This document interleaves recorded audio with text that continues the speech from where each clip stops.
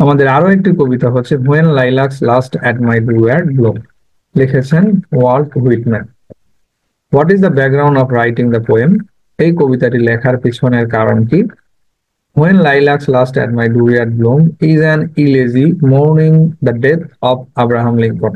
When lilacs last at my dooryard bloom, এটি একটি ইলেজি যেটাতে কবি আব্রাহাম লিঙ্কনের মৃত্যুতে মৌনিং করেছেন, শোক প্রকাশ করেছেন। Walt Whitman wrote many poems dedicated to Abraham Lincoln. Walt Whitman তিনি এই আব্রাহাম লিঙ্কনকে উৎসর্গ করে অনেক কবিতা লিখেছেন। The poem starts from a particular level but ends in a general proclamation within the 16th stanza. কবিতাটি প্রথমে একটি নির্দিষ্ট লেভেলে শুরু হয়েছিল, আর ওই পার্টিকুলার লেভেলটি হচ্ছে আব্রাহাম লিঙ্কনের মৃত্যু। কিন্তু এই কবিতাটি শেষ হয়েছে জেনারেল প্রোক্লেমেশন, একটা সার্বিক ঘোষণার মধ্য দিয়ে, আর যেটা ছিল 16 স্ট্যান্ডায় বিভক্ত। এটা আমি ক্লিয়ার করে দিচ্ছি। সেটা হচ্ছে কবি আব্রাহাম লিঙ্কনের মৃত্যুতে শোক প্রকাশের কারণে কবিতাটি লিখেছেন, কিন্তু পরবর্তীতে এটা ইন জেনারেল হয়ে যায় যে মৃত্যু শুধু আব্রাহাম লিঙ্কনেরই নয়, বরং পুরো পৃথিবী জুড়েই প্রতিদিন অসংখ্য অগণিত মানুষ মৃত্যুবরণ করতেছে। তো পরবর্তীতে এটা ওয়ার্ল্ড ওয়াইড বা জেনারেলি ছড়িয়ে যায়। What does lilac symbolise? Lilac যে আমাদের টাইটেল নেমে আছে সেটা কি সিম্বলাইজ করে? Lilac symbolises love and sympathy. Lilac মূলত ভালোবাসা এবং সিম্প্যাথি প্রকাশ করে।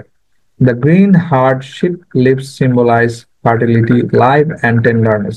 এবং এই লাইলাকে যে গ্রিন হার্ট শিপস লিভ পাতা আছে সেগুলো ফার্টিলিটি, উর্বরতা, লাইফ অ্যান্ড টেন্ডারনেস, কোমলতা প্রকাশ করে। এখানে লিভস হবে না, লিভস হবে। How did the poet show his tribute to the coffin of Lincoln? লিঙ্কনের যখন কফিন বয়ে নিয়ে যাওয়া হচ্ছিল দাফন করার জন্য, তখন কবি এই কফিনের প্রতি কিভাবে সম্মান প্রদর্শন করেছেন? He broke a sprig of lilac and placed it on the coffin to show his tribute to Lincoln. কবি লাইলাকের একটি ডাল, বা যেটাকে অনেক সময় কি বলা হয়, পল্লব, এই যে গাছের পত্র পল্লব থাকে না, লাইলাক হচ্ছে মূলত একটি গাছ, ফুল গাছ। এটা ছবিতে মানে গুগলে সার্চ করে দেখে নেবেন। তো এই ফুলটি বিশেষ করে এপ্রিল মাসে পাওয়া যায়, আর ঠিক এপ্রিল মাসেই আব্রাহাম লিঙ্কনকে হত্যা করা হয়। তো কবি যখনই এই লাইলাক ফুলটিকে দেখে, ফুটতে দেখে বা ব্লুম করতে দেখে, তখন কবির আব্রাহাম লিঙ্কনের কথা মানে মনে পড়ে যায়। তো কবি এই লাইলাকের গাছের বা ফুল গাছের একটি পল্লব ছিঁড়ে কবির কফিনে লাগিয়ে দেয়, আর এভাবেই তিনি আব্রাহাম লিঙ্কনকে সম্মান প্রদর্শন করেন। আমি আবার বলতেছি, he broke a sprig of lilac and placed it on the coffin to show his tribute to Lincoln. কবি লাইলাকের একটি পল্লব নিয়ে বা ছিঁড়ে নিয়ে এই আব্রাহাম লিঙ্কনের কফিনে দিয়ে দেয়, আর এইভাবে কবি লিঙ্কনের প্রতি সম্মান প্রদর্শন করে। What is Trinity in the poem? এই কবিতায় ট্রিনিটি কি? Trinity refers to the three recurring symbols used throughout the poem to represent the themes of death, mourning, and remembrance.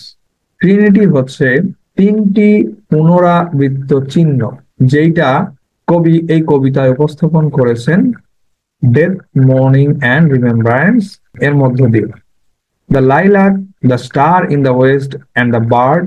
আর এই যে ট্রিনিটি, তিনটি পুনরাবৃত্ত চিহ্ন, সেগুলো হচ্ছে the lilac, the star in the west, পশ্চিম আকাশে স্টার, তারা, অ্যান্ড দ্য বার্ড, এবং একটি পাখির কথা উল্লেখ করা হয়েছে, which together create a powerful image of grief, যারা মিলে খুবই পাওয়ারফুল দুঃখের ইমেজ তৈরি করে, and the cycle of life, এবং জীবনের যেই বৃত্ত বা চক্র, even in the face of loss, এমনকি যখন কোনো কিছু লস বা ক্ষয়ক্ষতির মুখোমুখি হওয়া সত্ত্বেও। তাহলে ট্রিনিটি তিনটি পুনরাবৃত্ত চিহ্ন, যেইটাকে কবি এই কবিতায় উপস্থাপন করেছেন।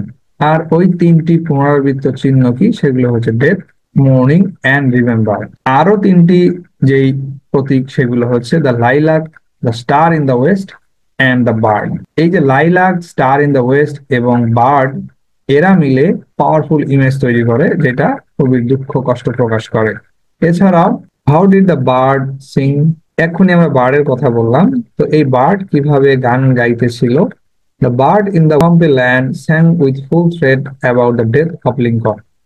পাখি বা বার্ড এই সোয়াম্পি ল্যান্ডে, কাদাময় জমিতে বা মাটিতে, যে খুবই থ্রেটেন অবস্থায়, মানে তার মধ্যে একটা ভয়ের ভাব ছিল, এই অবস্থায় গান গাইতেছিল। আর যেই থ্রেটটা ছিল আব্রাহাম লিঙ্কনের death. The morning song of the bird reveals that its heart was full of sorrow. আর এই যে পাখির মর্নিং করা গান, মানে শোক প্রকাশের গান, এইটা তার হৃদয়ে যে কষ্টের ঝড় বা তার হৃদয়ে যে কষ্টে ভরা, দুঃখে ভরা, এইটাই রিভিলস করে, প্রকাশ করে। How was the journey of the coffin, Abraham লিঙ্কনের কফিন বয়ে নিয়ে যাওয়া হচ্ছিল, সেইটা কেমন ছিল। The poet visualises the journey of the assassinated president's coffin over the country. কবি এই যে আব্রাহাম লিঙ্কনকে অ্যাসাসিনেট করা হয়েছিল, হত্যা করা হয়েছিল, তার কফিন যখন বয়ে নিয়ে যাওয়া হচ্ছে, কবি এটা ভিজুয়ালাইজ করেছেন। And through cities to its final destination, যেটা সিটির মধ্যে দিয়ে, শহরের মধ্যে দিয়ে তার ফাইনাল ডেস্টিনেশনে নিয়ে যাওয়া হচ্ছে, হুইচ ইজ দ্য গ্রেভ, আর যেই ডেস্টিনেশন ছিল কবর বা সমাধিস্থল। How did the poet generalise death, how did the poet generalise death, কবি ডেথকে কিভাবে জেনারালাইজ করেছেন, অর্থাৎ সর্বসাকুল্য করে উপস্থাপন করেছেন। প্রথমত কবি শুধুমাত্র আব্রাহাম লিঙ্কনের মৃত্যুর কথা বলেছে, কিন্তু পরবর্তীতে কিভাবে কবি জেনারেলাইজ করেছেন। The poet starts with the particular death of Lincoln but advances to the death of the general people. কবি এখানে নির্দিষ্টভাবে আব্রাহাম লিঙ্কনের মৃত্যুকে কেন্দ্র করে কবিতা শুরু করেছিলেন, কিন্তু পরবর্তীতে অ্যাডভান্স হয়েছেন জেনারেল পিপলের ডেথ দিকে। ইন দিস ওয়ে, আর ঠিক এইভাবে, the poet generalises death in this way, কবি মৃত্যুকে জেনারেলাইজ করেছেন, সর্বজনীন করেছেন। Why was the poet grief stricken, কবির হৃদয় বিষাদময় ভারাক্রান্ত ছিল কেন। The poet was grief-stricken as he could not express his grief properly for the death of Abraham Lincoln. কবির হৃদয় খুবই বিষাদগ্রস্ত ছিল, কারণ আব্রাহাম লিঙ্কনের জন্য তার যে কষ্ট দুঃখ সেগুলো সে প্রকাশ করতে পারেনি। He was indecisive about what to sing and what perfume would sprinkle on the grave. কবি আব্রাহাম লিঙ্কনের সমাধিতে কি ফুল ছিটাবেন অথবা কোন সুগন্ধি ছিটিয়ে দিবেন, এইটা নিয়ে তিনি দ্বিধায় ছিলেন বা সিদ্ধান্তহীনতায় ছিলেন। আর এটা ভাবতে ভাবতেই আব্রাহাম লিঙ্কনের জন্য যে দুঃখ কষ্ট তিনি প্রকাশ করবেন, সেটা আর পারেননি।